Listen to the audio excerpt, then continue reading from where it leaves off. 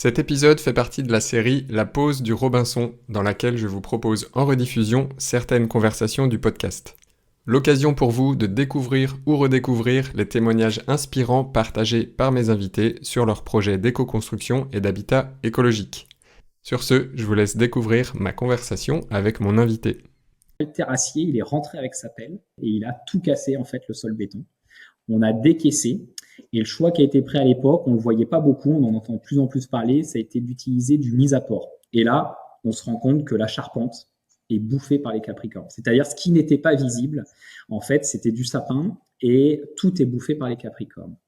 On a décidé en fait de refaire toute la charpente. Et vu qu'on voulait refaire toute la charpente, on s'est dit on va refaire une charpente isolée sous rampant en sarking. Donc en fait, on a un sarking. C'est quoi le sarking? Le sarking, c'est le fait d'isoler sur une charpente. Donc l'intérêt de cette solution, c'est que ça permet de limiter énormément les ponts thermiques. Et puis le post-isolation, ça nous a pris une journée à 4 personnes. Donc ça a été une fenêtre de temporalité très très courte. Un jour, une dame vient et elle me dit, Monsieur Fouchard, je suis né dans cette maison. Est-ce que je peux visiter? Enfin, ça me plairait de pouvoir voir cette maison et tout. Et du coup, on rentre dans la maison. Elle me dit, vous voyez, je suis né dans cette pièce-là, quoi. Et du coup, c'était quand même assez fort. Bienvenue dans la Case Robinson, le podcast qui vous partage des conseils et des retours d'expérience pour éco-construire ou éco-rénover votre habitat. Je voudrais vous remercier d'être toujours plus nombreux à suivre ces conversations. Chaque abonnement aide à partager ces bonnes pratiques au plus grand nombre et à faire venir de nouveaux invités. Alors, si vous ne l'êtes pas, pensez à vous abonner. Parce que la maison est un abri, un lieu intime, parfois un miroir, aujourd'hui je vous emmène dans la case d'Eddy Fruchard. Eddy est charpentier, constructeur de tiny house, formateur en construction paille et éco-constructeur multi-récidiviste. Autant dire qu'il a beaucoup de conseils à partager et c'est ce qu'il fait avec passion dans ce nouvel épisode du podcast. Il nous raconte notamment le chantier de sa maison qu'il a entièrement rénové avec des matériaux écologiques et sains. On parle donc de l'importance du diagnostic de l'existant, de la gestion des aléas inévitables sur un chantier, d'isolation en paille, de capricorne dans la charpente, d'enduit terre, de déphasage, de bioclimatisme ou encore de bois brûlé avec la technique Shu-Sugi-Ban. Vous le verrez, Eddy est intarissable quand on le lance sur le sujet de l'éco-construction. Je suis ravi de vous proposer cette nouvelle conversation et vous souhaite un très bon épisode. Bonjour Eddy. Bonjour. Je suis ravi de t'accueillir sur ce nouvel épisode de la Case Robinson. Aujourd'hui, on va parler ensemble de beaucoup de sujets autour de l'éco-construction, puisque tu as plusieurs casquettes.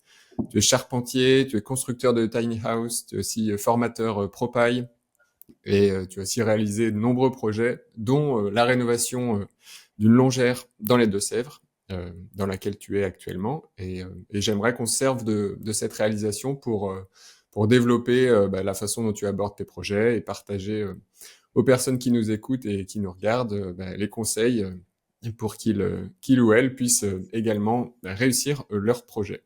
Mais avant de rentrer un peu dans le détail de cette rénovation, simplement, qu'est-ce qui t'a donné, toi, envie de travailler dans le domaine du bâtiment et plus spécifiquement dans l'éco-construction? Alors, ce qui m'a donné envie de travailler dans ce milieu, alors je pense que déjà très jeune, mes parents me disaient que je disais que je voulais être travailleur avec un casque de chantier. Et puis c'est marrant parce que j'ai un fils Tilio qui a 3 ans et puis voilà, il est à fond dans le chantier forcément vu que nos ateliers sont juste là. Mais en tout cas, ça c'était déjà prédominant a priori très jeune. Et quand j'ai été au lycée, j'étais bon à l'école. Donc à un moment, on m'a dit, si t'es bon à l'école, tu vas faire une première scientifique. En fait, on t'emmène pas malheureusement au collège l'ouverture d'esprit sur les métiers et entre autres sur les métiers manuels. Par contre, j'ai eu la chance vraiment première scientifique de me rendre compte que on te donnait un objectif. L'objectif c'était le bac et puis après le bac, en fait, t'avais pas d'autres voies. Les voies s'ouvraient à toi a priori. Et je me suis dit, non, moi j'ai envie, je me sens bien que ça me correspond pas, j'ai envie de trouver ma voie tout de suite. Donc, il s'avère que je faisais de la sculpture en cours avec un couteau, ce qui serait certainement plus trop possible aujourd'hui. Et puis, c'est les copains qui me disaient, mais toi, t'es bon en sculpture, pourquoi tu fais pas un métier manuel qui touche le bois, en contact avec le bois? Et puis, de fil en aiguille, je me suis dit, tiens, pourquoi pas? Et le premier métier qui vient en fait à l'esprit des gens, c'est souvent le métier d'ébéniste.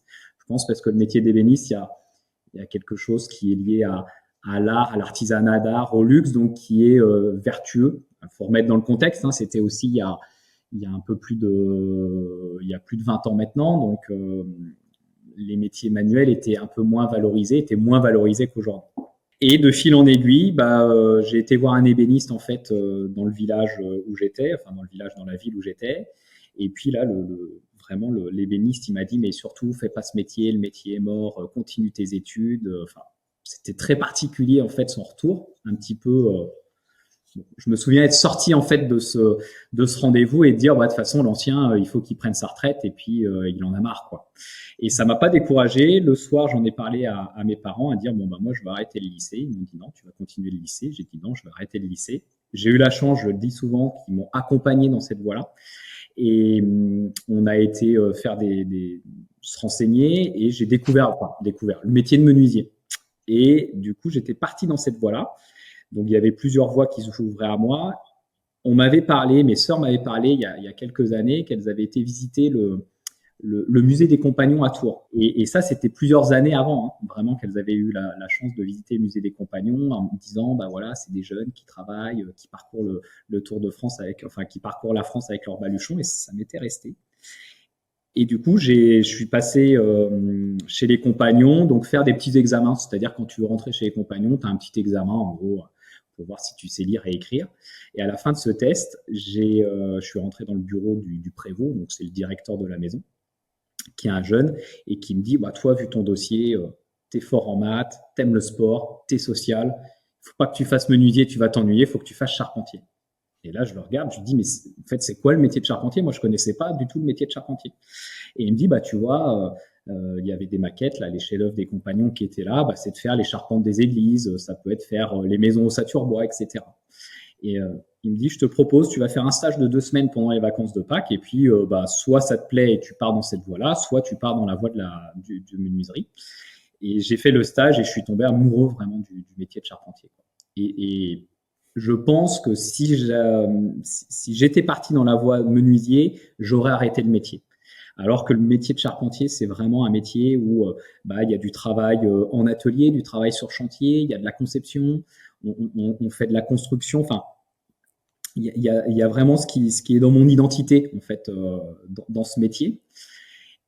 Et après, l'éco-construction, c'est venu après. Donc, quand j'ai fait ma formation chez les Compagnons, je suis rentré donc en ce qu'on appelle lapin. Donc, j'étais interne à la maison de Tours, chez les Compagnons du Devoir à Tours, dans une entreprise de charpente. À l'époque, c'était 2004-2005, plein boom de la construction. Donc, on faisait énormément de gros projets par pain avec de la fermette. Et il me manquait quelque chose. Je sentais que ça correspondait pas à. Enfin, voilà, je me dis, bah, si c'est ça le métier de charpentier, j'ai envie d'arrêter. Donc, ça, c'était la deuxième année du CAP de charpentier. Et j'ai commencé à me renseigner sur Internet. J'ai découvert le bardeau. Donc, le bardeau, c'est de faire des couvertures en tuiles de bois. Et en allant sur le site d'une formation, donc d'une association très connue qui s'appelle Le Gabion, donc qui sont plutôt dans le sud-est de la France, je suis tombé sur un petit article, mais vraiment un article assez mal fait, sur un document Word, la construction en paille. Et là, j'ai lu cet article-là et ça m'est paru une évidence. Je me suis dit, mais c'est évident qu'il faut construire en paille. Venant en plus de la région Berrichonne, donc région Berrichonne, à côté de Châteauroux, donc on est dans la queue de la Beauce. Moi, j'ai fait des cabanes dans les bottes de paille. J'ai vu des monticules de bottes de paille se brûler et on savait très bien, en plein milieu de champs, que c'était souvent rarement accidentel. C'était plutôt parce que les paysans savaient pas quoi en faire, donc ils brûlaient pour évacuer leur stock. Donc ça m'est paru une évidence. Et puis de fil en aiguille, bah, j'ai acheté un livre. Ce livre-là m'a emmené vers le lien d'une association qui s'appelait Les Compagnons. Et en contactant les Compagnons, Philippe Libourreau à l'époque me dit bah figure-toi que dans quelques mois, on a nos premières rencontres nationales de la construction paille qui ont lieu dans les Deux-Sèvres, au plan d'eau du Lambon, donc en mai 2006.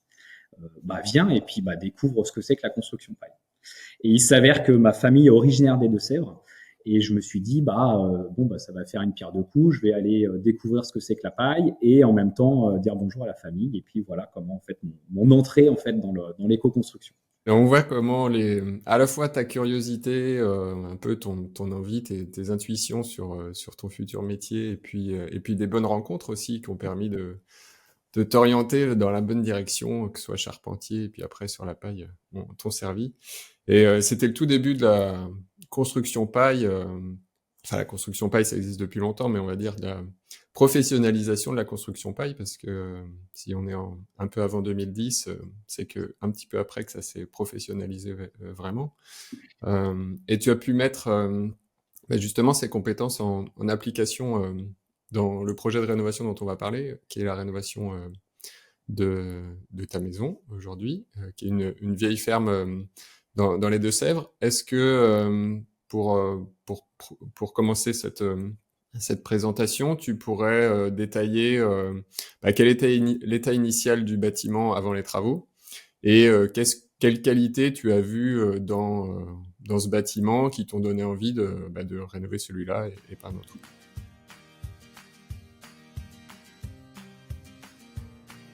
Cette maison, c'est mon 3e projet à titre personnel, c'est-à-dire que j'avais déjà essuyé pas mal de choses. Première maison rénovée en 2008, qui était une ruine, les arbres poussaient à l'intérieur de la maison.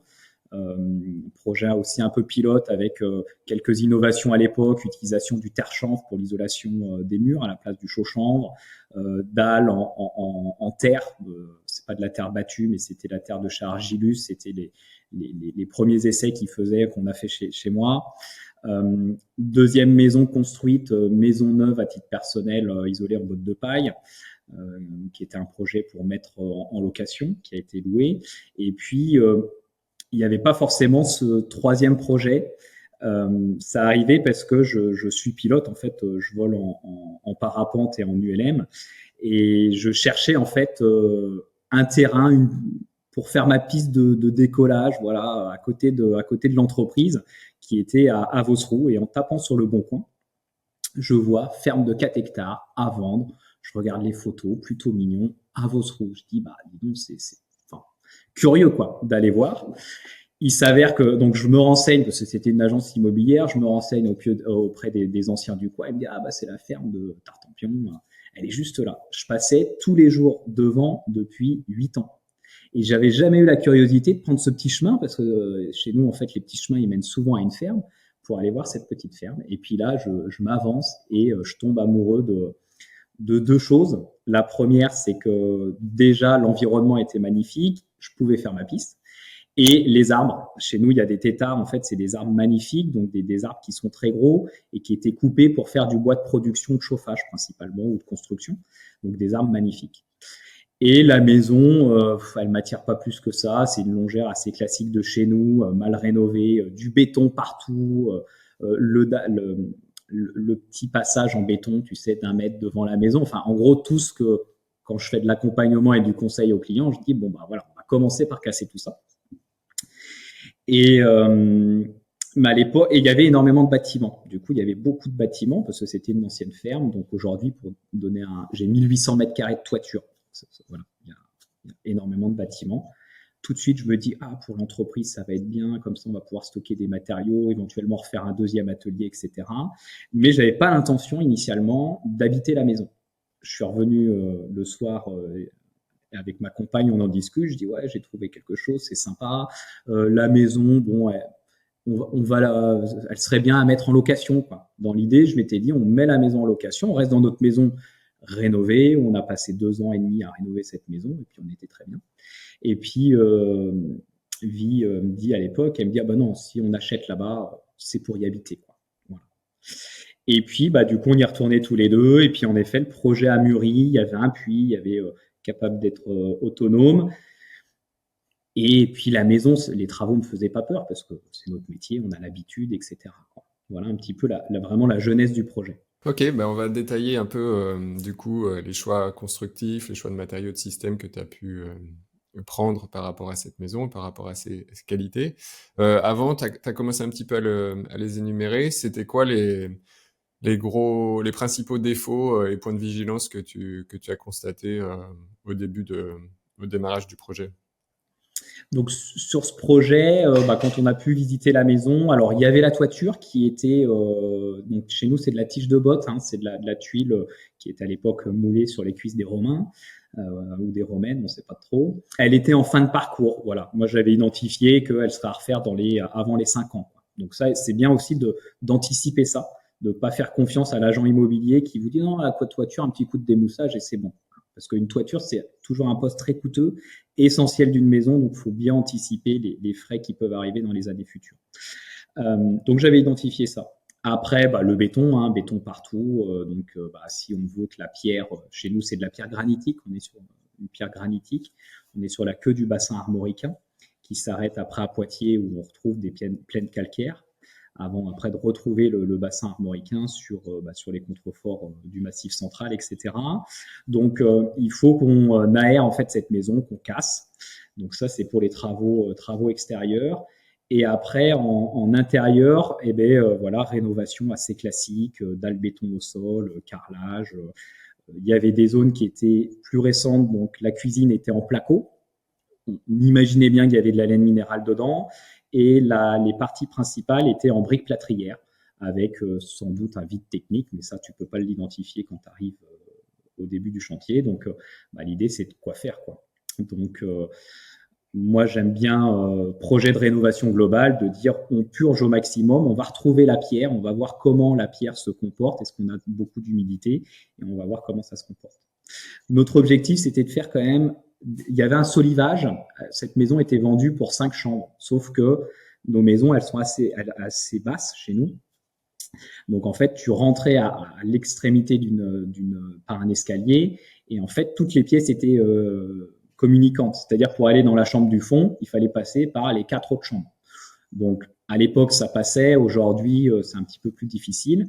Donc on s'est dit de toute façon, nous, on voulait pas d'enfants, une chambre, c'est suffisant. Donc à l'étage, on casse toutes les cloisons placo. C'était du placo et puis voilà. Et puis on isole en botte de paille sur le solivage existant. Voilà, quelque chose de pas cher, économique. Ça, c'était le projet de départ et le plan de financement a été réfléchi dans cette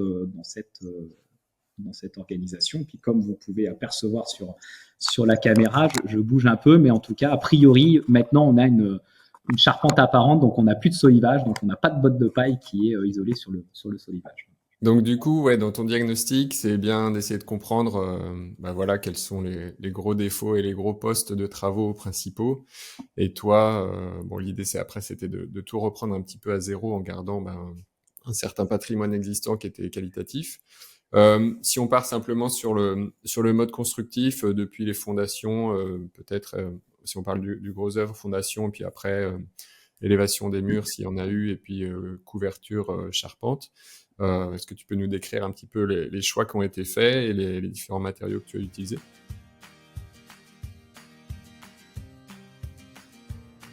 Alors les choix, je vais commencer pas par le sol, je vais commencer par la toiture. Un peu j'explique comment le projet s'est construit au fil du temps.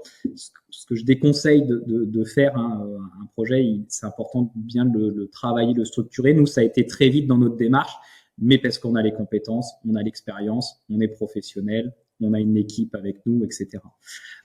Ce qui s'est passé, c'est que on voulait donc conserver ce solivage existant. Mais j'ai dit, tant qu'on est à faire des travaux, on va casser les cloisons et on va récupérer notre toiture, enfin la volige, ce qui va nous permettre d'identifier en fait les fuites. Je rappelle, on sait que notre toiture, elle a une durée de vie de 5 ans, donc moi j'ai envie d'observer s'il y a des fuites pour pouvoir intervenir et puis la faire perdurer le plus longtemps possible. Donc pour ça, il faut que je puisse voir ma volige et identifier mes fuites. Donc je casse en fait le placo, la laine minérale qui était posée à l'époque. Et là, on se rend compte que la charpente est bouffée par les capricornes. C'est-à-dire ce qui n'était pas visible, en fait, c'était du sapin et tout est bouffé par les capricornes. Mauvaise expérience de chantier. On n'a pas pu identifier ce qu'il y avait derrière le placo parce qu'à un moment, j'ai pas pris mon marteau pour faire un petit trou. Et donc là, à un moment, il faut prendre des décisions. Il s'avère que le solivage existant, à ce moment-là, il était relativement bas. Et moi, en tant que charpentier, notre première maison, on avait aussi une maison, ce qu'on appelle des fois les gens à cathédrale. On ne voulait pas se sentir oppressé, donc j'ai dit ok, c'est pas grave, on coupe le solivage et on va refaire un solivage plus haut pour gagner en fait du volume à l'intérieur de nos pièces. Et quand on a eu tout ça qui s'est embriqué, en fait, on s'est dit, ben non, en fait, l'un comme l'autre, on avait envie de conserver en fait cette volumétrie parce on apprécie en fait ces gros volumes. Donc voilà le choix, c'est-à-dire qu'on a eu la mauvaise expérience de la charpente, donc on a décidé en fait de refaire toute la charpente. Et vu qu'on voulait refaire toute la charpente, on s'est dit on va refaire une charpente isolée sous rampant en sarking. Donc en fait, on a un sarking. C'est quoi le sarking? Le sarking, c'est le fait d'isoler sur une charpente plutôt souvent existante. Là, en l'occurrence, elle est neuve. Et on a isolé en botte de paille. Voilà. Donc l'intérêt de cette solution, c'est que ça permet de limiter énormément les ponts thermiques.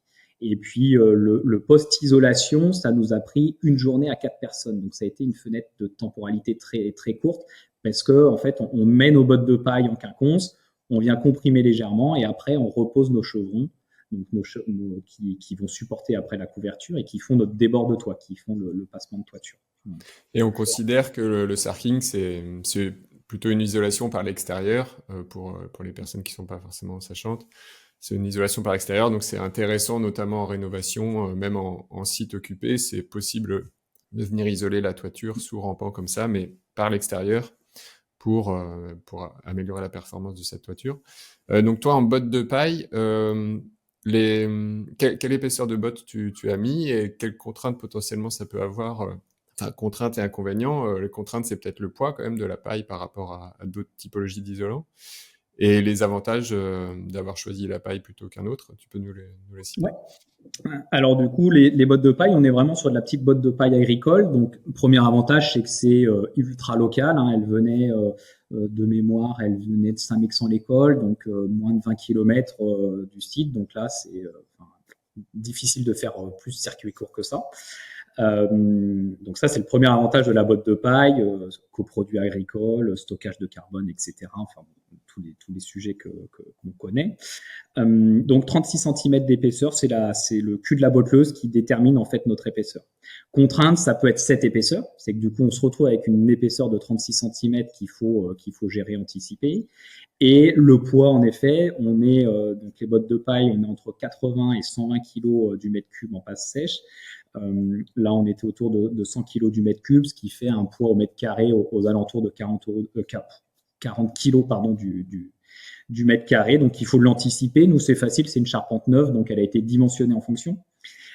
Alors, chez nous, on a le panneau 3 plis là que vous voyez les chevrons, donc qui sont voilà. Et puis entre les chevrons, on voit un panneau. Donc, c'est un panneau de 3 plis qui fait notre finition. On a posé ça sur les chevrons. Dessus, on a posé un frein vapeur Intello hydrovariable. Nos bottes de paille sont posées directement dessus. Ensuite, on a une épaisseur de chevron qui va nous faire notre débord de toit. Et dans cette épaisseur, on a isolé avec 8 cm de fibre de bois, donc de la fibre de bois Steico à 55 kg du mètre cube. Par-dessus, on a rajouté un panneau, ce qu'on appelle isolaire, donc c'est anciennement Pavatex, maintenant Soprema, qui fait 35 mm d'épaisseur et qui est également par pluie, qui vient nous faire en fait couper les ponts thermiques liés au chevron et puis faire une sécurité en cas de petite fuite sous les tuiles. Voilà, donc on a vraiment un complexe. On a une résistance thermique de 10 en toiture, ce qui est énorme. Donc c'est comment on arrive à gérer justement esthétiquement tout cet apport d'isolant thermique qu'on a fait. Nous, c'est facile parce que vu qu'on a refait à neuf, en fait, on est venu descendre le niveau de la charpente, c'est-à-dire je voulais pas augmenter la hauteur des murs parce que bon, je ne l'ai pas dit dans mon vécu, mais en fait, j'ai découvert aussi tout l'éco-construction par Maison Paysanne de France, qui est une association sur la valorisation du patrimoine existant. Donc, j'ai quand même ce goût et ce plaisir de pas trop modifier les proportions existantes des bâtiments. Donc, je voulais pas rehausser ce bâtiment-là. Donc, on est venu descendre notre toiture pour que notre épaisseur de botte de paille, finalement, soit pas visible à l'extérieur du bâtiment. Donc, ça, c'est facile ici parce qu'on est sur un projet de rénovation globale. Quand on est sur une toiture existante, c'est comment on arrive à créer ce bandeau pour qu'esthétiquement, ça ne nous fasse pas un pavé. Alors, dans certaines régions où c'est très culturel, les pays nordiques, eux, ils ont l'habitude d'avoir des très gros, ce qu'on appelle des planches de rive assez conséquentes. Mais nous, Voilà, c'est pas trop dans notre ADN. Et puis l'urbanisme, hein, parce que forcément là on fait des déclarations de travaux, c'est pareil, c'est des notions qui s'apprécient pas forcément en termes d'esthétique. Et toujours sur la paille, par rapport au confort, on a parlé un petit peu avec la résistance thermique de 10, qui est effectivement très intéressante, et au-delà des prescriptions qu'on peut avoir même en RE 2020 sur l'équivalent RE 2020 sur de la construction neuve. Donc c'est intéressant pour le confort d'hiver, pour l'isolation thermique, mais la paille aussi, ça a un intérêt sur le confort d'été. Est-ce que tu peux nous le décrire aussi un petit peu? Oui, c'est vrai que je l'ai pas évoqué. Les isolants qui ont une densité forte, hein, une masse volumique forte, l'intérêt majeur, c'est ce qu'on appelle le déphasage thermique. Donc, c'est pour déphaser en fait la chaleur. C'est comme un gros accumulateur, c'est-à-dire que quand vous prenez un four à pain, on chauffe le four à pain, on retire le feu et puis en fait la cuisson va se faire parce que la brique a emmagasiné la chaleur et puis va cuire en fait nos aliments. Donc ça, c'est le fait d'accumuler la chaleur, donc l'inertie thermique. Dans nos maisons, c'est pareil. Alors avec une notion, c'est on veut que la chaleur d'été en fait ne rentre pas trop rapidement dans notre maison, enfin, qu'elle soit déphasée. Et l'intérêt, c'est que vu que la nuit il fait plus frais, cette chaleur qui est emmagasinée dans notre isolo, dans nos matériaux, va être restituée vers l'extérieur en fait du bâtiment. Donc ça, c'est une notion importante. En botte de paille, on a un déphasage de 13 heures. Nous, ici, avec notre complexe, on doit avoir un déphasage de 18 heures. Si on avait mis une laine minérale, on aurait eu un déphasage qui se tournerait entre 3 et 5 heures. Enfin, il faudrait le calculer précisément, mais voilà. Donc, avec un déphasage de 3-5 heures, quand on a le point le plus chaud en après-midi, entre midi et 14 heures, notre chaleur va être rentrée dans notre bâtiment finalement à 18 heures, où la température extérieure n'est pas suffisamment abaissée pour que nos calories s'échappent vers l'extérieur. Alors, notion déphasage, une notion importante, mais aussi ventilation de la toiture, c'est-à-dire qu'il faut bien réfléchir les deux. Et quand vous avez une tuile, enfin un élément de couverture, dessous, pour que votre couverture soit durable dans le temps, il faut qu'elle soit ventilée. Plus on va augmenter cette lame d'air, plus nos calories en fait vont pouvoir s'échapper. Donc il faut bien réfléchir à ces deux notions, la ventilation pour que nos calories s'échappent et après le déphasage thermique. Sur les murs, si on continue sur le gros œuvre et l'aspect structurel, murs et fondation, dalles, qu'est-ce que tu as choisi? Alors au niveau des murs, on a plusieurs stratégies. On voit ici là, donc on a la cuisine derrière, on voit les gros linteaux en chêne. Derrière, il y avait un mur.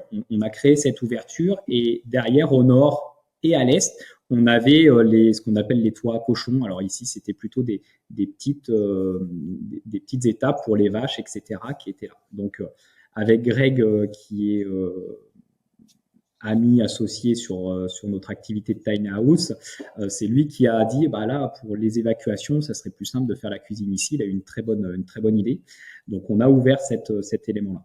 Donc tout le mur du fond qui est au nord, on est en ITI, isolation thermique intérieure, qui est isolé en watts de cellulose. Donc on a un peu plus de 15 cm de watts de cellulose, un film frein vapeur hygrovariable, donc pour gérer l'étanchéité à l'air, mais en laissant migrer la vapeur d'eau.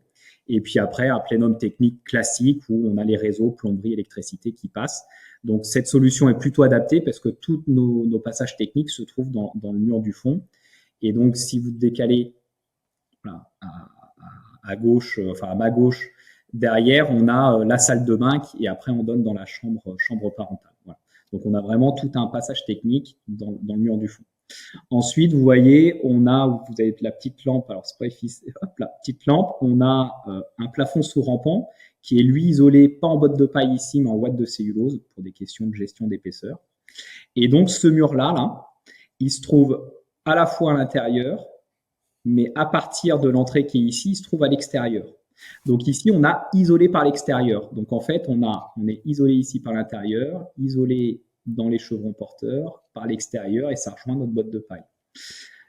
Devant, vous ne le voyez pas, mais devant moi, on est sur notre mur en façade sud. Donc le choix ici, ça a été de faire un correcteur thermique. Donc on est en correcteur thermique terre-chanvre avec un enduit de finition. Pourquoi on n'a pas isolé? Parce qu'on est sur un mur capteur et en fait, on a des grandes baies vitrées. On a un grand mur rideau qui se trouve ici sur ma droite, une grande baie vitrée à gauche. Un correcteur thermique intérieur, du coup, c'est ça. Ouais, correcteur thermique intérieur. Bon, l'efficacité réelle des correcteurs thermiques, ils sont surtout à l'intérieur. Donc, c'est de couper la sensation de parois froides de notre maçonnerie. On va dire que c'est le point faible de la maison. Il se trouve ici, en fait, il se trouve à cet endroit-là. Après, à ma gauche, on est sur un grand pignon. On a fait un choix un peu osé qui est de faire une ITI, isolation thermique intérieure, en bottes de paille. Pourquoi? Parce que j'avais une grande pièce. Le séjour ici fait 60 mètres carrés, donc pour vivre, il n'y a pas besoin d'autant. Donc, on a décidé de réduire un peu la surface. Donc ici, là, on se trouve sur une ITI, isolation bottes de paille. Pourquoi je dis que c'est risqué? Parce que isolé par l'intérieur, on a des risques forts de ce qu'on appelle de point de rosée. Donc, le point de rosée, c'est quoi? C'est quand notre humidité traverse nos couches d'isolant, à un moment, elle va rentrer avec des matériaux qui vont être plus froids et l'humidité va du coup condenser. Donc, on va avoir de l'eau à l'état liquide dans notre mur. Plus on isole, en isolant du côté intérieur avec des fortes épaisseurs, on a une grande chance en fait d'avoir des points de rosée qui se font à l'interface isolant-maçonnerie.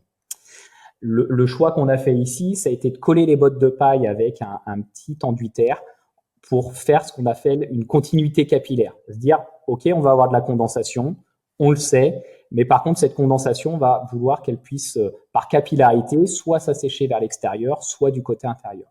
C'est pour ça qu'ici, sur notre botte de paille, on a de l'enduit. Donc, si jamais j'ai vraiment une tache d'humidité importante, en hiver, en fait, elle va apparaître du côté intérieur de la maison et tout simplement, ça va sécher naturellement. Alors, le jour où je verrai une tache de condensation, je commencerai à quand même un petit peu à m'inquiéter.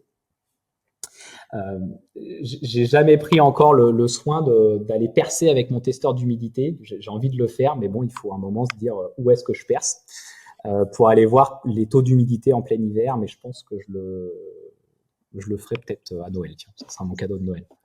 Et ici, vous voyez là, façade sud, c'est là en fait où on a un grand mur rideau. Bon, la luminosité n'est pas terrible, mais voilà, on a notre grand mur rideau. Donc, on n'avait pas énormément finalement de surface à isoler. C'est pour ça qu'on a fait qu'un correcteur thermique. À ma droite, on avait un mur porteur en pierre et on voulait changer en fait de côté la porte. Donc, le choix qui a été pris, c'est de dire on casse ce mur porteur qui nous apporte pas grand-chose. Ça facilitera où est-ce qu'on veut faire la porte. Et on a isolé en fait en botte de paille ce mur-là. Pour quelle raison? Choix phonique, en se disant ça va phoniquement être très intéressant. Le choix, c'est qu'à l'époque, le module qui était à côté, je voulais que ça soit un module, une coquille isolée, c'est-à-dire si j'en ai pas besoin l'hiver, je ferme la porte, je la chauffe moins et du coup, on réduit en fait nos surfaces d'isolation thermique et de besoin de chauffer en fonction de nos modes de vie. Il s'avère qu'entre les deux, le parcours de la vie a fait que j'ai eu un fils et que maintenant c'est la chambre de mon fils qui est en haut, etc. Donc ça a besoin d'être isolé, en tout cas d'être chauffé en permanence. Mais demain, on peut vraiment réfléchir ces modulables, ce qui se faisait en fait dans les grandes maisons à l'époque, les châteaux, l'hiver ou même les maisons, les demeures, on avait plusieurs pièces qui étaient souvent occupées l'été et puis du coup en hiver on se concentrait dans 1, 2, 3 pièces maximum de la maison. C'était de réfléchir sur la même solution, d'où l'isolation en botte de paille de ce mur-là.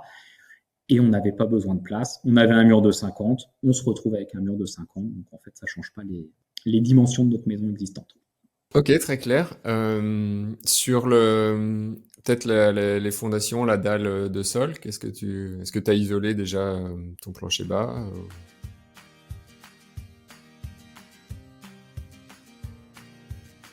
Alors, on a 2 stratégies au niveau de l'isolation du sol. On a donc cette partie-là que vous voyez, séjour, cuisine et la salle de bain qui se trouve du côté de l'ITI isolée en botte de paille. Il y avait une dalle béton sur cette partie et pour rappel, les anciens toits à cochons, c'était encore du pavé, donc du pavé de granit qu'on a enlevé. Donc, on a fait toute la charpente, on a laissé la dalle béton et après le terrassier, il est rentré avec sa pelle. Donc ça, c'était un peu osé et il a tout cassé en fait le sol béton. On a décaissé et le choix qui a été pris à l'époque, on le voyait pas beaucoup, on en entend de plus en plus parler, ça a été d'utiliser du mise à port. Du mise à port, c'est quoi? C'est de la mousse de verre en granulé qui est donc thermiquement isolant. 20 cm, on doit avoir une résistance thermique équivalent à 2, qui est imputrescible, donc qui ne pourrit pas, et qui est drainant, donc qui laisse drainer si on a de l'eau, etc. Donc on a posé ça sur une couche de 20 cm d'épaisseur. L'intérêt, c'est que ça nous évitait d'avoir à trop décaisser en fait notre sol pour préserver ce qu'on appelle le bulbe de compression. C'est quoi le bulbe de compression? C'est que notre maçonnerie, qui existe depuis ici 150 ans, il est posé sur de la terre. Et dans le temps, il s'est créé une bulle de compression, donc un espèce de V comme ça, 45 degrés, qui fait que notre terre est comprimée. Le risque quand on fait des travaux comme ça, extérieur-intérieur, c'est qu'on vienne casser en fait ce bulle de compression. Donc à un moment, votre terre, elle va être obligée de se recomprimer, et c'est là que les fissurations peuvent se créer dans les maisons d'habitation. Donc grâce aux mises à port, à cette solution technique, ça nous a évité de décaisser trop profondément. Et ce qui a été osé, ça a été de dire, on va faire une chape liquide, donc en hydride exactement, c'est une chape liquide qui est souvent posée sur les planchers chauffants, donc de 5 cm d'épaisseur. Le chapiste, il me dit, ah ben non, moi je veux pas, c'est pas dans mon DTU, etc. Je dis, je suis professionnel, c'est moi qui porte la responsabilité s'il y a quelque chose, donc on fait une chape liquide. Donc on a posé un frein vapeur Intello qui évite que la chape liquide rentre en fait dans ce mise à port. Et puis on a coulé une chape liquide de 5 cm. Elle est restée un peu plus de 2 ans sans être recouverte. On a eu une petite fissuration à un endroit, mais vraiment strictement rien. Et par-dessus, après, on a posé donc un complexe d'étasseaux pour poser notre parquet massif qui se trouve ici. Là, c'est un parquet massif en chêne qui a été scié à une vingtaine de kilomètres d'ici. Dans ce vide technique, on se retrouve avec de la chaîne vote, et tout en périphérie des murs, ce qui était en contact avec la maçonnerie, enfin le mur existant, avec du liège. Pourquoi ce petit complément d'isolant? C'est pas trop thermique, c'est plus phonique pour éviter en fait la caisse de résonance à cause du vide. Dans la cuisine, on voit que c'est de la pierre, donc on n'est pas sur du travertin, on est sur de la pierre de Chauvigny, donc qui est une pierre qui se trouve à 50 km de chez nous, donc locale, qui a été posée sur un fermacelle sol, qui lui est posé sur une fibre de bois rigide, et après lui-même posé sur la fameuse chape liquide. Donc ça, c'est un peu je ne vais pas dire l'innovation, la particularité. Le mise à port à l'époque, ça s'utilisait pas beaucoup. Alors à l'époque, c'est pas si vieux que ça, mais donc j'ai acheté en septembre 2016, donc tous les travaux ont démarré en septembre 2016. Il y avait quelques projets, mais moins. Aujourd'hui, il y a un vrai engouement sur l'utilisation du mise à port, et tant mieux. Et après, l'autre chose osée, c'était juste la chape liquide dessus, ce qui fait qu'on a un complexe finalement de sol tout compris qui fait 32 cm d'épaisseur. Donc une solution quand même très, très peu épaisse. Si on avait fait la même chose avec, par exemple, un hérisson, une chape isolante chaud chanvre ou chaud liège, donc on aurait été à 20 cm, 15 cm de chape isolante, plus après un complexe minimum de 8 cm. Donc on aurait été plus épais que la solution qu'on a ici. Voilà. Et oui, t'as parlé du hérisson. Tu as choisi de ne pas faire de hérisson, de ne pas faire de drainage dans ton mise à port parce qu'il n'y avait pas besoin d'évacuer de l'humidité excessive dans ton sol? Parce que normalement le mise à port a validé sur les fiches techniques, mais pour moi le mise à port fait cet office de hérisson, c'est tout son avantage là. On a la terre, qui est une terre ici très argileuse chez nous. On a posé un géotextile, donc un géotextile de terrassier, pour pas que justement cette terre remonte dans le mise à port et puis vienne colmater un jour le mise à port.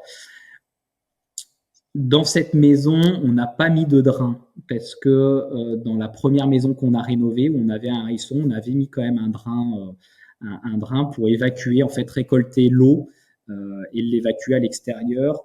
Ici, là, j'ai un petit trou de mémoire, mais je crois qu'on n'a pas eu besoin de le faire. Voilà. Ok. Et sur la dalle, enfin la chape liquide de 5 cm, ce qui est osé, c'est pour des contraintes structurelles de poids. et de charge superficielle, c'est ça, c'est de ça dont tu parles? Ouais, c'est juste que en fait, c'est hors DTU, hors document technique unifié, donc le chapitre se connaissait pas. Moi, je lui dis, en fait, le mise à port, aujourd'hui, c'est des solutions techniques qui sont utilisées pour reposer des chapes structurelles dessus, voire même on pose des petits immeubles sur ce type de solution. Une fois qu'en fait c'est damé, c'est-à-dire damé avec un dameur une plaque vibrante, on vient damer, c'est incompressible. C'est-à-dire que ça, on ne peut plus le comprimer. Donc en fait, il n'y a pas de déformation, il n'y a pas de tassement dans le temps. Donc, sauf que personne connaissait. Bon, moi, je n'avais jamais fait, je n'avais pas non plus entendu parler de ça. Donc, du coup, on a tenté, il n'y avait pas de raison et ça a très très bien marché. Ok, très clair. Et en parallèle de ça, tu l'as évoqué au tout début, tu avais curé, piqué les murs des enduits ciment, béton, du cheminement béton aussi qu'il y avait à l'extérieur qui pouvait faire office de chemin, mais aussi qui empêchait l'humidité du sol de remonter, etc. Ça pouvait charger les murs en humidité. C'est ça aussi que tu as fait.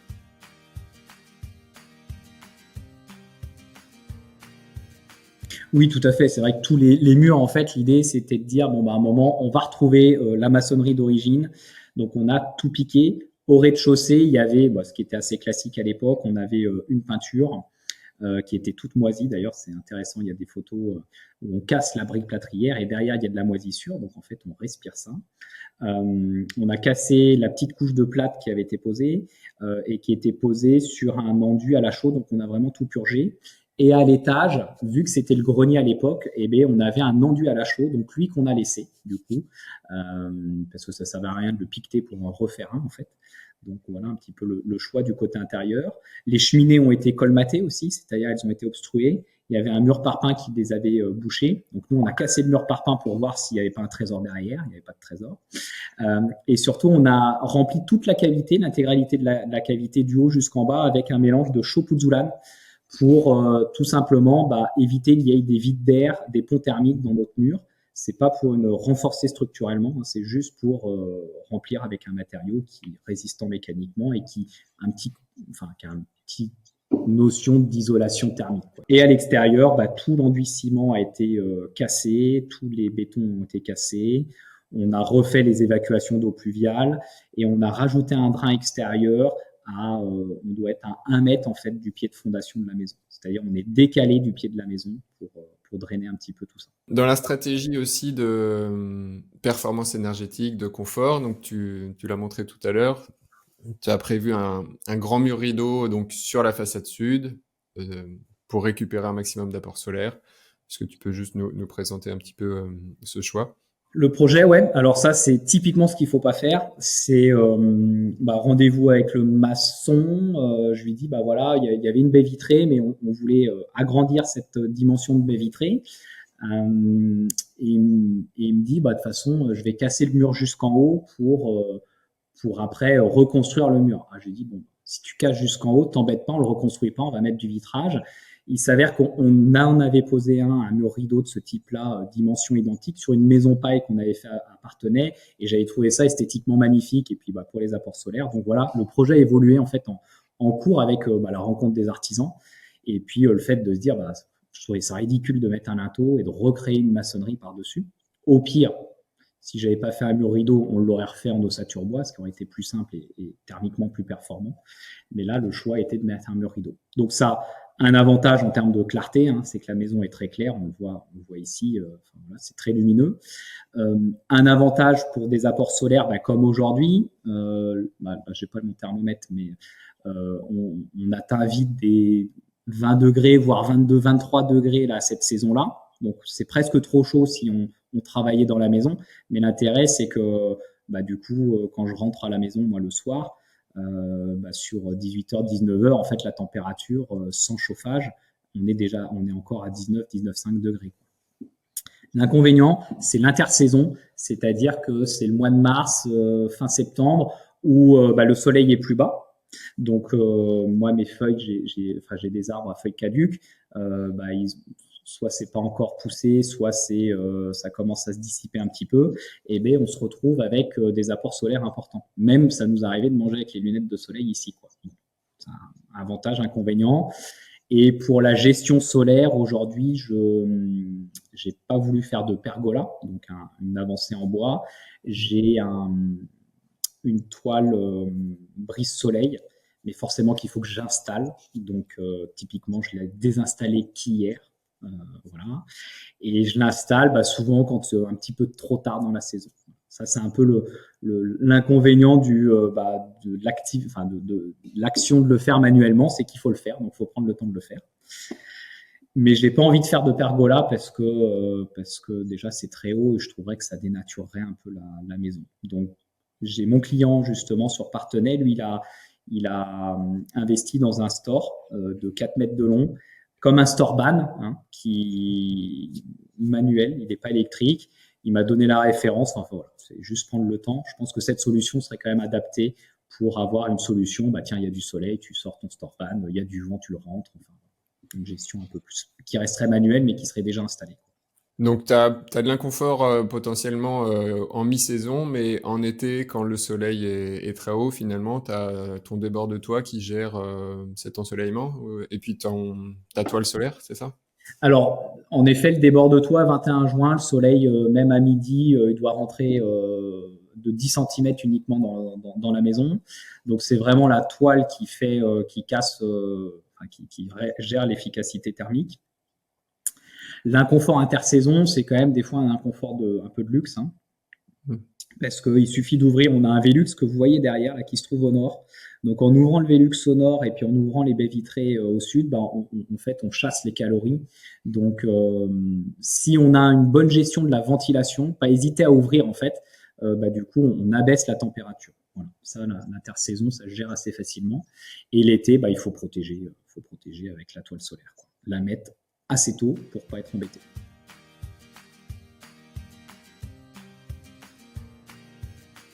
On va parler du second œuvre, tu en as un petit peu parlé déjà, mais des matériaux, des revêtements intérieurs que tu as choisis, et puis après on parlera aussi des systèmes. Donc sur revêtements muraux, revêtements de sol, tu as parlé déjà du parquet, de la pierre, des enduits correcteurs thermiques à base d'argile. Est-ce que tu as d'autres matériaux, revêtements que tu as utilisés peut-être pour faire du cloisonnement aussi, et puis des finitions? Alors, on a très peu de cloisons intérieures. Donc, en effet, on est sur correcteur thermique. Même sur le mur du fond, en fait, ici, on se retrouve avec un enduit terre-paille ici, mais de 8 centimètres. Pourquoi? Pour dresser les murs et pour apporter de la masse thermique supplémentaire et noyer les équipements techniques dont on parlera tout à l'heure, rien que les passages électriques, etc. L'enduit blanc que vous voyez, c'est pas de l'enduit à la chaux, c'est de l'enduit à la terre. C'est un enduit de finition à la terre qui a été réalisé. Donc ça, terre de chez local de Vendée. Parquet massif au sol, pierre naturelle en effet, je réfléchis en parallèle. On a une partie où on a du chauchant, on a une finition chauchant, donc la partie chambre de mon fils en fait qui se trouve en chauchant. Une partie aussi en fermacelle avec des enduits terre dessus, donc pour la partie à ma droite. Derrière, dans la cuisine, c'est du bois brûlé, donc technique Shushiban. Ça, c'était un petit peu osé, mais il me restait, en fait, on avait organisé un chantier participatif pour réaliser une façade chez un client. Et il restait quelques mètres carrés de bardage. Et je me suis dit, tiens, pourquoi pas essayer de ce contraste. C'était un peu osé parce que c'est pas évident de se rendre compte et je suis assez content du résultat. Est-ce que tu peux nous présenter cette technique, l'intérêt? Donc c'est du bois brûlé, donc ça donne un aspect noir, même un peu brillant quand il y a de la lumière dessus, qui se reflète. D'où ça vient et quel est l'intérêt?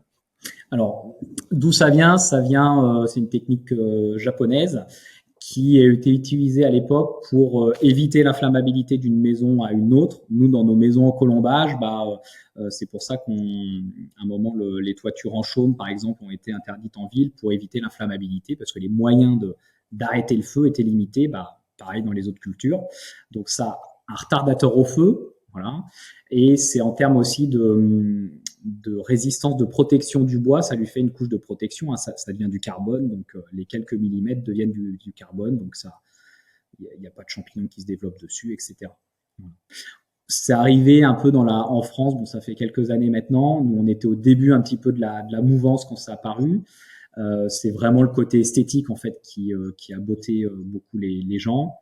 Nous, on a fait plusieurs tiny avec ça. Ce qu'on évite maintenant, pourquoi? Parce que vu que c'est noir, ça accumule énormément la chaleur. Donc aujourd'hui, avec les problèmes de surchauffe qu'on a, on essaye plutôt d'avoir des matériaux clairs avec l'albédo qui rejette en fait qui absorbe pas la chaleur. C'est une technique qu'on utilise habituellement plutôt pour du bardage extérieur. Là, c'était un revêtement intérieur que tu as choisi plus pour l'aspect esthétique, mais on l'utilise habituellement plutôt en extérieur. C'est ça. On l'utilise pour faire du bardage extérieur. Et moi, c'est le même bardage extérieur, sauf qu'on l'a posé en intérieur, qui est devenu du lambris. Si vous touchez, ça, quand il n'est pas traité, avec une huile de protection ou un vernis, du coup, vous avez le côté charbonneux qui se retrouve sur les mains. Donc, pour stabiliser ça, en fait, on a posé un vernis naturel de chez Nature Harmonie qui permet justement de lui rajouter une résistance. Donc là, si on le touche, il n'y a pas de souci. Vous voyez toute ma collection de couteaux. C'est sûr que si ça arrivait que le couteau frotte le bois, ça enlève cette protection. Et puis là, on se retrouve avec le côté charbonneux dessus. C'est très beau. Je mettrai aussi des images, bien sûr, de tout ce que tu racontes dans la vidéo. Pour les personnes qui nous écoutent en audio, vous pourrez aussi aller voir tout ça en images sur la chaîne YouTube.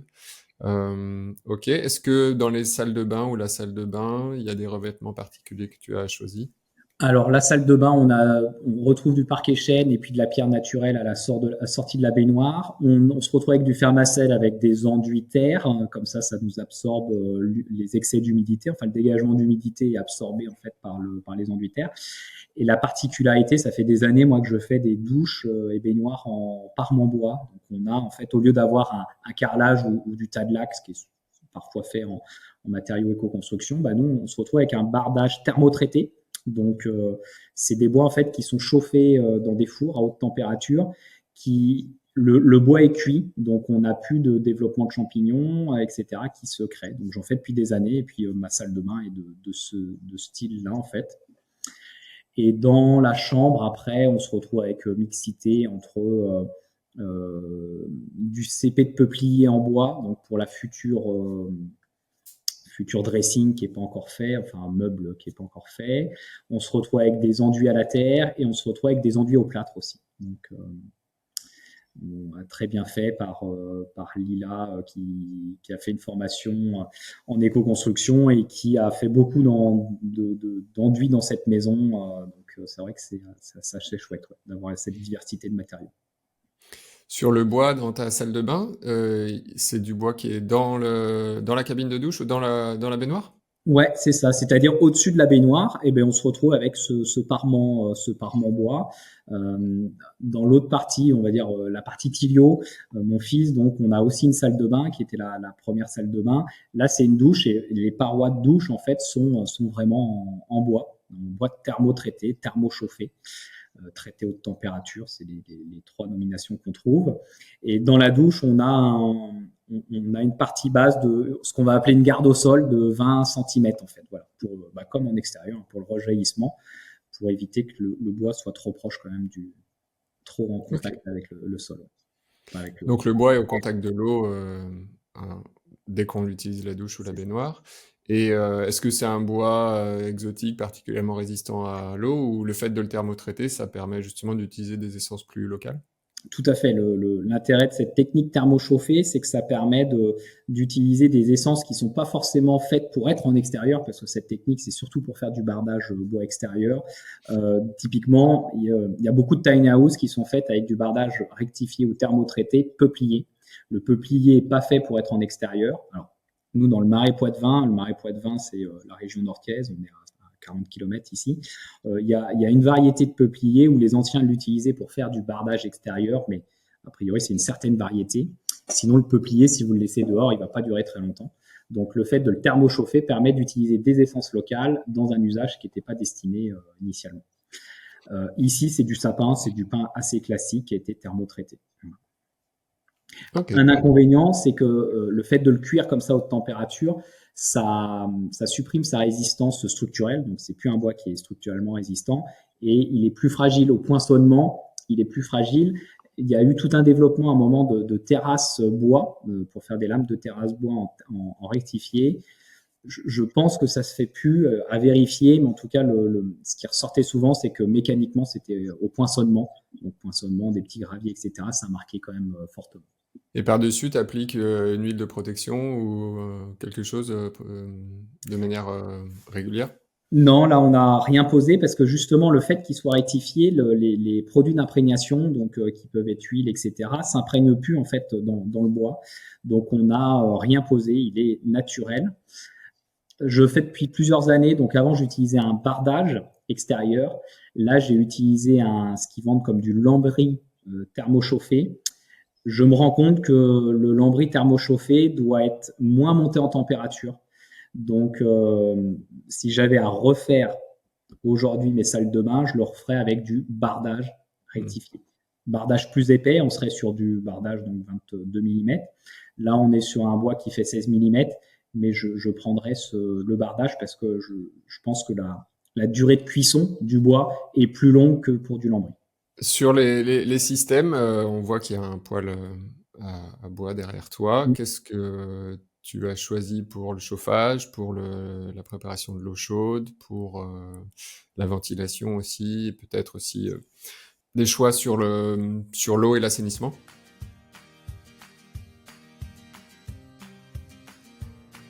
Au niveau du chauffage, moi j'ai toujours eu cette volonté d'avoir des équipements qui soient très simples, plutôt avec du bois. Pourquoi? Parce que nous on produit du bois, on produit de la chute de bois.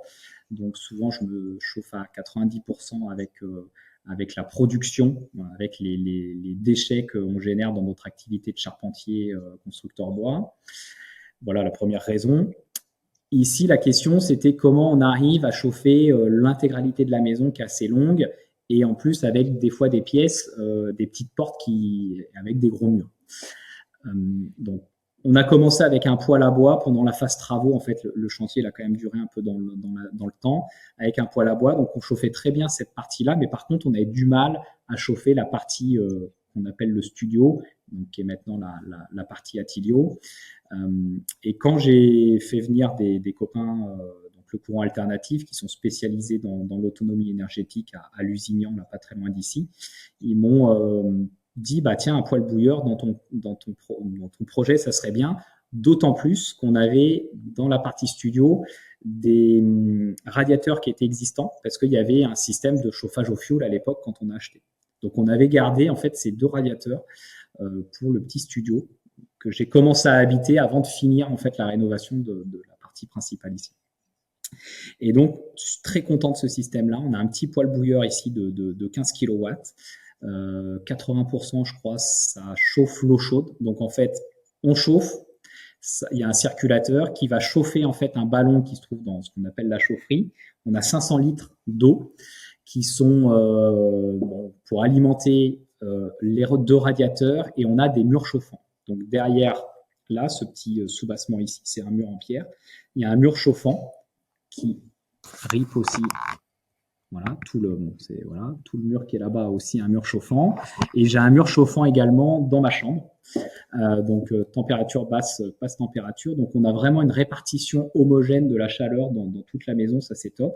Et ça nous chauffe aussi l'eau chaude sanitaire. Donc on a une réserve de 60 litres d'eau qui chauffe l'eau chaude sanitaire. Donc pour cette maison, et à côté, j'ai un petit local une petite construction de 50 mètres carrés, réhabilitation des anciens, ce qu'on appelle le balai chez nous, un monopente, qui fait office de studio, donc qu'on loue en Airbnb et qui nous sert pour l'équipe en hiver pour manger dedans. Et donc, ça chauffe aussi l'eau chaude sanitaire de là-bas. Donc, c'est vraiment un système top parce qu'avec ce petit poêle à bois-là, on chauffe quand même l'intégralité de la maison. Inconvénient, c'est que si on n'alimente pas le poêle à bois, ce qui m'arrive beaucoup parce qu'en ce moment je suis beaucoup parti en déplacement pour former un peu partout en France, et l'eau chaude se chauffe pas. Donc on a une petite résistance électrique qui sert pour chauffer l'eau chaude sanitaire forcément l'été. Donc ce que j'ai fait, c'est que j'ai installé un système photovoltaïque de 6 kVA en autoconsommation pure. Pourquoi aussi gros? Parce qu'en fait, on a l'activité professionnelle qui se trouve sur le lieu. Donc, nous, on peut être 4-5 à travailler ici. Donc, l'autoconsommation est quasiment totale. Et l'intérêt quand on a du soleil, c'est que c'est le photovoltaïque qui va chauffer l'eau chaude sanitaire avec la résistance. Un peu le pilotage qui a été choisi. D'accord. Ok. Donc 6 kVA, ça fait quoi? Ça fait peut-être une vingtaine de mètres carrés à peu près que tu as installé? C'est une bonne question. On a 16 panneaux. Donc, 16 panneaux, ouais, un peu plus ça quand doit même. faire un peu, ouais, pas loin de 20 mètres carrés, tout à fait. Ouais. Ok. Sur la ventilation, c'est un sujet qui est important dans tous les projets, mais notamment dans les projets de rénovation pour évacuer l'humidité, les polluants, etc. Qu'est-ce que tu as mis en place? Alors, c'est vrai qu'au niveau de la ventilation, donc ventilation VMC contrôlée, mon choix, dans tous les projets que j'ai fait à titre perso, j'ai jamais mis de double flux. Euh, je suis conscient de l'utilité et du bénéfice d'une double flux. Par contre, pour moi, il faut investir dans du matériel de qualité, que ça soit dans les tuyaux, etc. Et après, il faut réfléchir où les mettre. Donc là, typiquement, dans ma solution, là, mettre des tuyaux VMC, c'est pas forcément évident. Donc, je suis sur une VMC simple flux qui va extraire l'air vicié dans les pièces nécessaires, donc la cuisine, les salles de bain et toilettes du lieu. Donc pour évacuer finalement les polluants, etc. En termes d'humidité, on a quand même des matériaux qui ont une grosse capacité à absorber un peu l'humidité en excès. Dans les maisons pierres, les 2 maisons pierres que j'ai fait, on est quand même souvent sur des taux d'humidité qui dépassent enfin, on est aux alentours de 60%, voire un petit peu plus en fonction. Euh, je pense, enfin, dans les différents retours de chantier que j'ai, parce qu'on en a fait une trentaine, une quarantaine de gros projets de maisons comme ça, on est souvent sur des taux d'humidité importants, ce qui est normal parce que les murs sont en contact avec le sol, donc une partie de l'humidité du sol remonte par les murs. Sur le lot, l'assainissement, est-ce que vous êtes simplement raccordé au réseau du lieu? Comment ça se passe? Vous avez fait des choix particuliers? Alors, Montravel, c'est une ferme de 4 hectares. Typiquement, c'est moi qui ai emmené l'eau du réseau, donc l'eau de la ville, entre guillemets. Depuis tout le temps, ils ont toujours vécu sur le puits ici, jusqu'à 7 foyers, plus de 250 animaux, etc. Le puits a toujours fourni. Donc, on est toujours alimenté sur le puits. Et vraiment, j'ai l'eau en cas de secours, l'eau du réseau en cas de secours, ou quand on a des événements, parce qu'on loue le lieu aussi, quand on a des événements, on tourne sur l'eau du réseau, comme ça en termes de qualité sanitaire, on est garant, ça évite de faire un test d'eau à chaque fois. Donc ça, c'est pour l'eau. Ensuite, pour l'assainissement, il y avait un assainissement qui n'était pas aux normes, donc on a fait une fosse toutes eaux avec un rejet extérieur en phytoépuration. Voilà. Mais on va remettre à jour l'assainissement parce qu'on est en train de faire on a un bâtiment qu'on transforme en salle d'accueil de 70 mètres carrés où on organise des spectacles, etc. Donc on fait un ERP, établissement recevant du public, et du coup on va être obligé de créer un assainissement adapté et on va repiquer la maison sur cet assainissement-là. En fait. Parce que le problème de l'assainissement pour des ERP, enfin voilà, des choses qui sont ponctuelles, c'est que si c'est pas suffisamment alimenté, du coup les bactéries en fait finissent par mourir, etc. Donc l'idée c'est de court-circuiter en fait la maison pour pouvoir alimenter le système. Ouais, merci, on a fait un bon tour de la rénovation sur les matériaux, sur les systèmes. Est-ce que tu as une anecdote à partager par rapport à ce projet, un retour d'expérience particulier, soit quelque chose d'amusant, soit une galère un peu originale que tu as rencontrée? Je dirais que celui-là qui m'a presque le plus épaté, c'est le maçon qui a créé l'ouverture ici et qui a découté tout l'extérieur parce que il était indépendant, mais il avait un handicap, il avait un problème au niveau du bras, il avait une mobilité ultra réduite du bras, il pouvait pas pincer, donc le marteau piqueur, il maintenait, enfin c'était fou de voir ce qu'il était capable de faire avec cet handicap, parce qu'en plus il bossait principalement tout seul. J'étais épaté quoi, de me dire mais en fait c'est faisable quoi. Donc vraiment je vais pas dire une force de la nature, mais en tout cas une ingéniosité pour se débrouiller malgré son handicap du bras. Donc ça c'était ce qui m'a vraiment marqué. Et après l'autre marqueur, c'est que Bon, on fait des baptêmes de l'air et du coup, j'ai des clients qui viennent. Et un jour, une dame vient et elle me dit, bah, en fait, monsieur Fouchard, je suis né dans cette maison. Non. Est-ce que je peux visiter, enfin, ça me plairait de pouvoir voir cette maison et tout. Et du coup, on rentre dans la maison. Elle me dit, bah, vous voyez, je suis né dans cette pièce-là, quoi. Et du coup, c'était quand même assez fort. Elle me dit, j'aimerais vraiment beaucoup pouvoir faire venir mon père qui a toujours vécu ici. Lui, il a habité à l'âge de 3 ans dans cette maison jusqu'à sa retraite à 60 ans. Et du coup, bah, j'ai dit non, au contraire, faites-le venir. Donc, ils sont déjà venus 2 fois. J'aimerais bien les refaire venir. Donc, ils ont vu en plus les différentes strates d'évolution de rénovation de la maison. Et puis, ce qui était super chouette, c'était d'avoir l'histoire de cette maison en me disant, ah, mais c'est mon père qui a bouché le four à pain ici. Donc, on avait des choses, des traces dans ce qu'on appelle la chaufferie. Voilà, il y avait 2 poutres. Moi, j'avais toujours dit que ça devait être pour mettre une réserve d'eau, et puis il me l'a confirmé. Il me dit, bah ouais, là-haut, c'était la réserve d'eau. Donc, on pompait en fait de l'eau du puits dans cette réserve, et puis après, par gravité, en fait, on faisait un château d'eau. Ça alimentait le reste de la maison. On a une mare, bon, comme c'est classique dans les maisons, dans les fermes, et la mare qui servait pour bâtir, pour construire la maison. Et il y avait j'avais fait décaper, donc elle était pavée dans le fond, et il y avait des bois qui étaient encastrés. Et il me dit, ah, mais il y a des bois, ben, on m'a toujours dit en fait que cette mare, elle servait à ruisseler le chanvre, c'est-à-dire qu'on mettait le chanvre dans l'eau et puis après il tapait pour pouvoir récupérer la fibre. En fait. Donc il me dit, ah bah s'il y a des bois, c'est sûr, ça servait à ça. Quoi. Donc c'est vrai que ces mémoires, en fait, ces personnes qui ont vécu toute leur vie ici, c'est vraiment quelque chose de chouette et de marquant. Ouais, c'est une belle anecdote et oui, c'est des retours précieux sur la vie et l'histoire du lieu, c'est chouette. Euh, Sur un sujet un peu plus terre à terre, est-ce que tu peux nous partager des aspects par rapport au volet financier du projet, peut-être un coût au mètre carré, voilà, pour donner un peu une idée aux personnes qui nous écoutent sur ce type de réalisation, combien ça peut coûter, peut-être sur la main-d'œuvre, sur les matériaux. Alors toi, il y a peut-être pas mal de choses que tu as fait toi-même, etc. Donc il y a des postes qu'on peut pas vraiment comptabiliser sur l'ensemble, mais voilà, qu'est-ce que tu peux nous partager comme élément économique?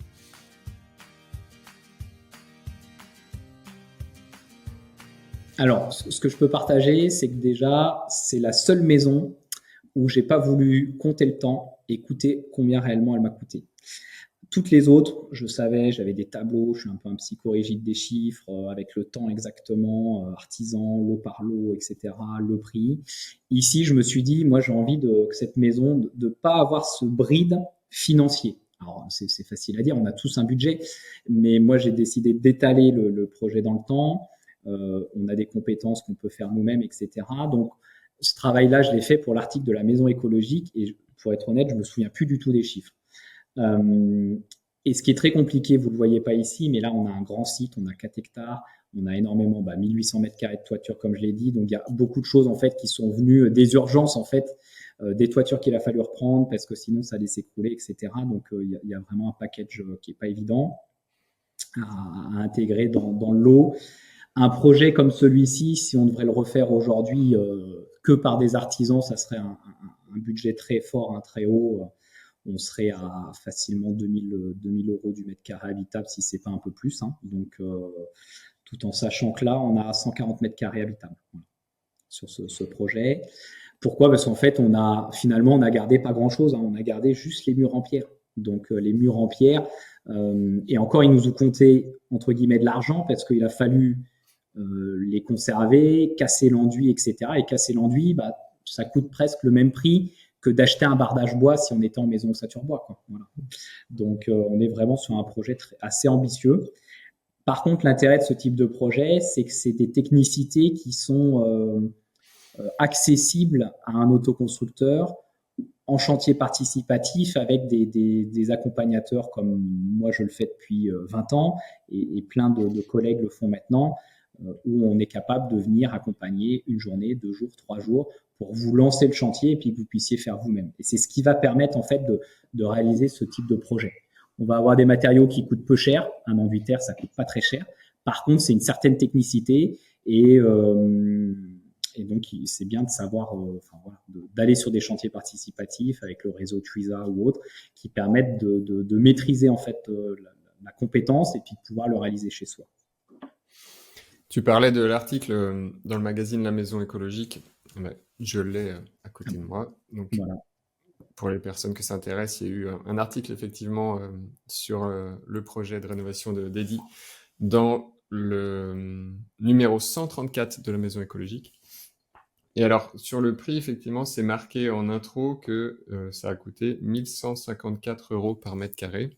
Alors, je ne sais pas exactement quel est le détail et ce que ça comprend, mais pour une rénovation complète, exemplaire, comme ça, avec des matériaux très qualitatifs, très performants, c'est un prix qui est quand même bas, voire très bas.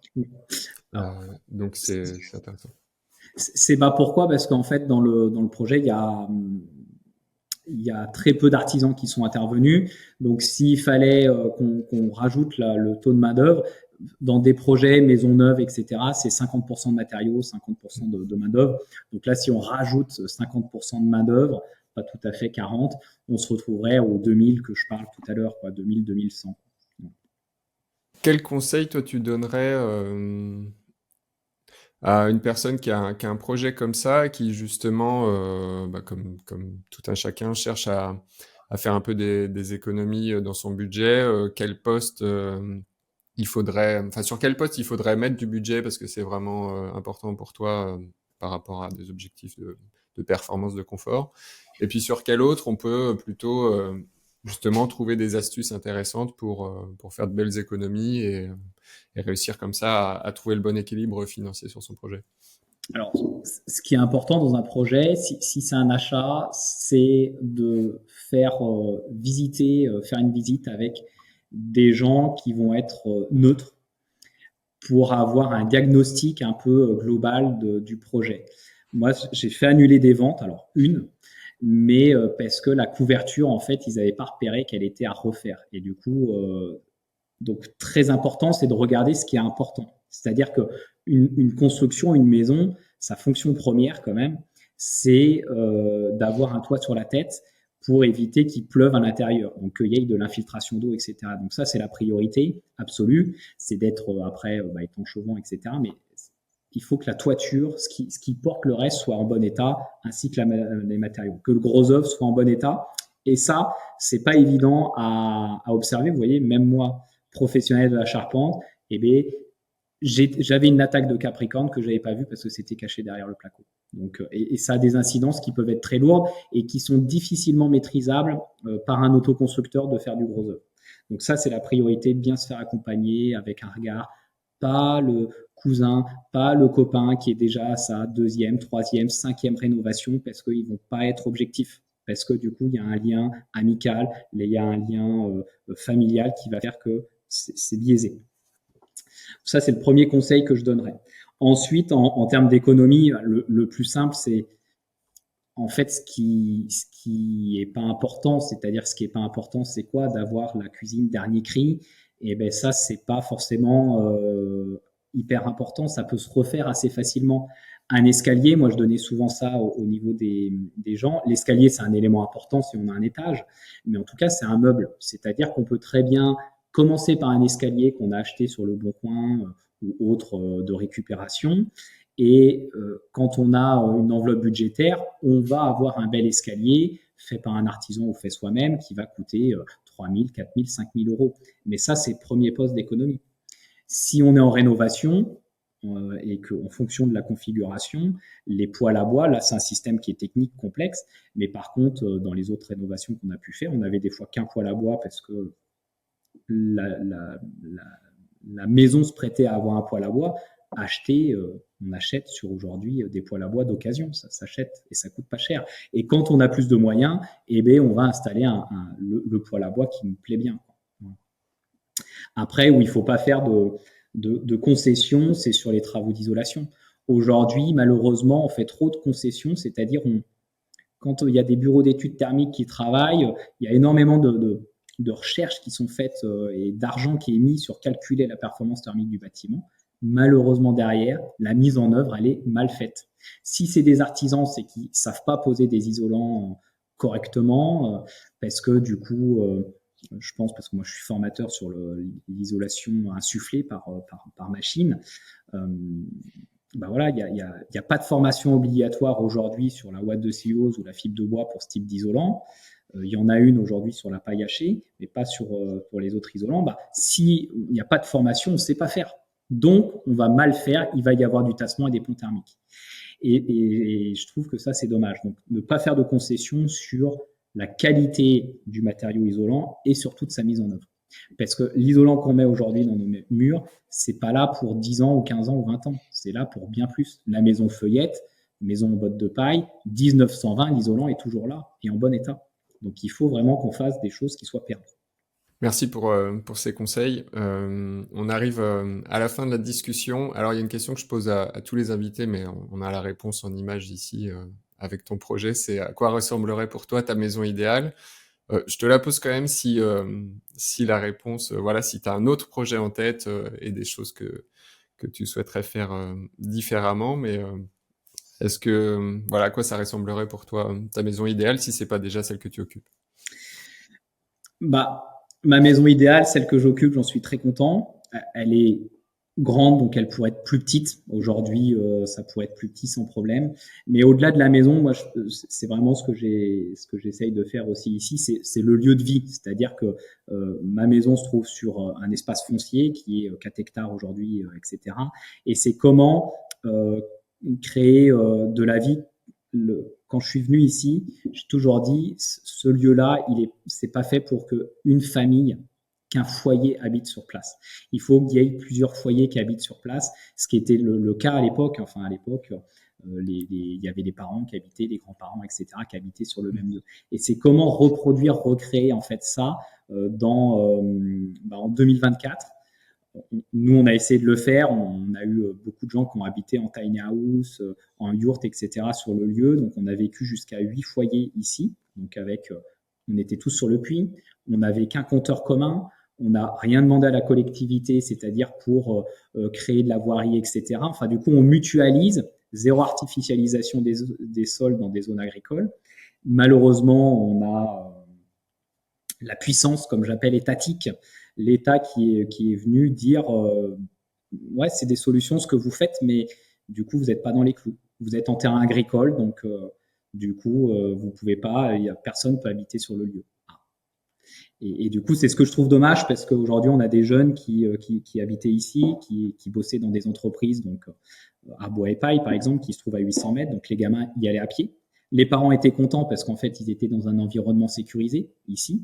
Il n'y a pas de logement dans le village de Vossereau, donc les jeunes ne peuvent pas loger dans le village de Vossereau, et nous, on leur proposait des solutions. Voilà. Des stagiaires qui viennent chez nous aussi, ils trouvaient des logements ici. Et ça, aujourd'hui, on n'a pas de solution qui nous permette de répondre à ça dans nos territoires de campagne. Donc, il va falloir que la législation bouge vite, mais comme toujours, ça met du temps.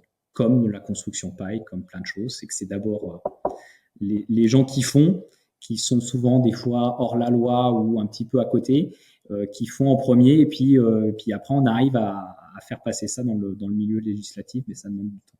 Donc au-delà de la maison, tu vois, c'est la maison, c'est plutôt est-ce qu'une maison, ça s'inscrit en fait un foyer, mais au-delà de ça, c'est faire comment on fait village en fait, comment on fait communauté. Oui, parce que on l'a pas évoqué, mais ton lieu, c'est aussi un tiers-lieu voilà, que tu essayes d'animer à travers des événements, tu l'as cité, puis aussi la vie des entreprises qui sont sur place. Je mettrai les liens aussi de tout ça dans les notes de l'épisode. Est-ce qu'il y a un livre ou des livres que tu voudrais partager aux personnes qui nous écoutent pour les aider dans leurs projets ou pour les inspirer de manière un peu plus large? Et ben ouais, plusieurs livres déjà. Alors, je dirais le livre que j'ai coécrit avec mon ex-compagne, donc Virginie, qui s'appelle Technique de construction paille, donc aux éditions Erol.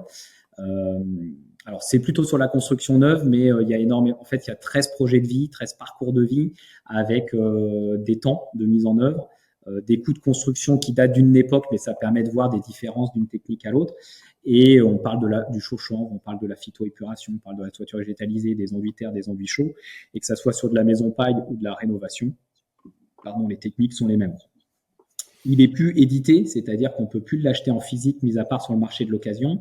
Par contre, on peut l'acheter en ligne, donc c'est un peu moins pratique. On l'a en PDF. Alors pour faire des recherches, c'est pratique.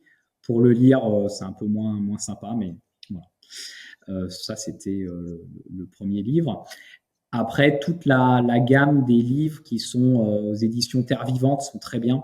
Voilà, l'isolation écologique qui a été réédité, l'isolation phonique de Terre Vivante. Ils ont sorti un nouveau livre là sur le confort d'été aussi. Donc là, il est en commande. J'ai hâte de le recevoir parce que ça faisait longtemps qu'on attendait ce type d'ouvrage. C'est des livres qui sont très techniques, donc qui répondent aussi bien aux professionnels, où on va trouver nos matières à continuer à progresser, mais ils sont très pédagogiques. Donc même pour un autoconstructeur, un particulier, ils restent accessibles avec des schémas de compréhension, etc. Donc c'est vraiment une gamme de bouquins très bien. Euh, et après, bien sûr, les revues qui sont adaptées, donc Maison écologique que tu as cité, qui est une très bonne revue, et Habitat naturel aussi, qui sont les deux pendants. C'est des revues qu'il faut avoir. Quand on a un projet de rénovation ou de neuf, il faut avoir les éditions d'avant et puis être abonné parce que vous trouverez forcément des exemples de projets qui vous font écho, des techniques qui seront adaptées. Je mettrai les liens aussi vers tout ça dans les notes de l'épisode. Pour ceux qui ont l'image, on aperçoit ici quelques références de terre vivante, voilà, ceux dont tu parlais, rénovation écologique, l'isolation écologique, l'isolation thermique écologique. C'est vrai que c'est des super bouquins, à la fois pour les professionnels et pour les particuliers avec des schémas explicatifs très clairs. Est-ce qu'il y a une citation ou un mantra que tu aimes te rappeler en tête, qui t'aide aussi, qui te donne envie d'avancer vers tes projets? J'en donnerai deux.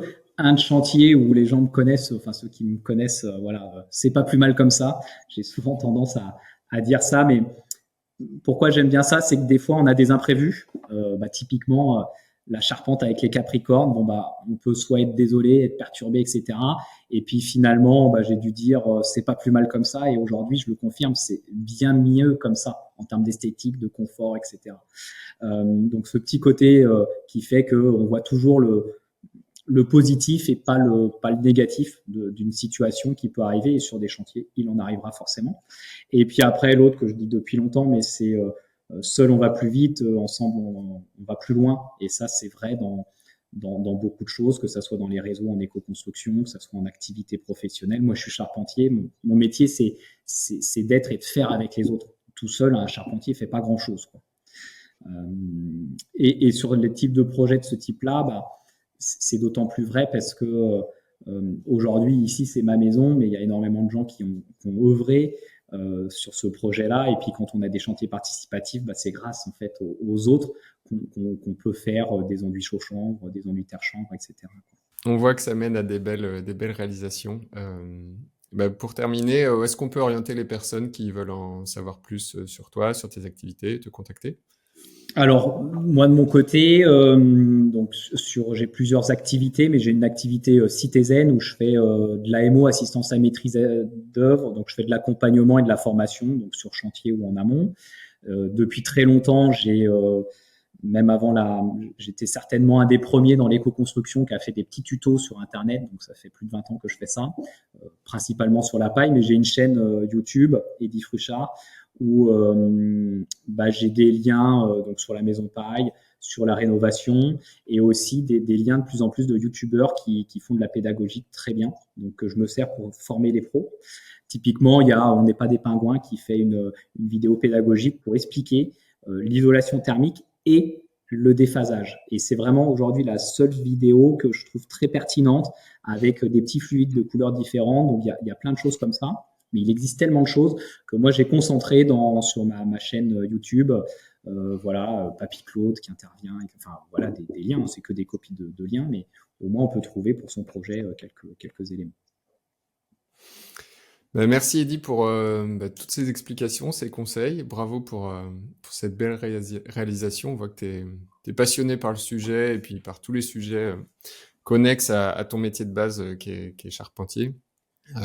C'est, je trouve, un très beau projet que tu as réalisé avec une réflexion, on l'a bien vu, depuis l'amont sur le diagnostic de l'existant, sur le confort, sur le choix des matériaux, sur voilà, la physique du bâtiment en général.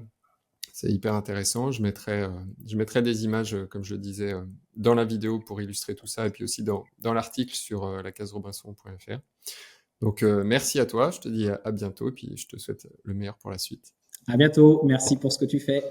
Merci beaucoup d'avoir écouté cet épisode. Vous pouvez retrouver toutes les références mentionnées par mon invité dans les notes de l'épisode, ainsi que des compléments pour approfondir ces sujets dans la rubrique podcast sur le blog lacaserobinson.fr. Si cet épisode vous a plu, vous pouvez le soutenir en le partageant autour de vous, en vous abonnant et en mettant un avis 5 étoiles sur votre plateforme d'écoute.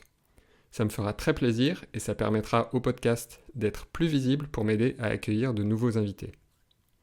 Si vous voulez aller plus loin dans vos projets de création d'habitats plus écologiques, plus sains et qui vous inspirent, sachez que c'est mon métier de vous y aider.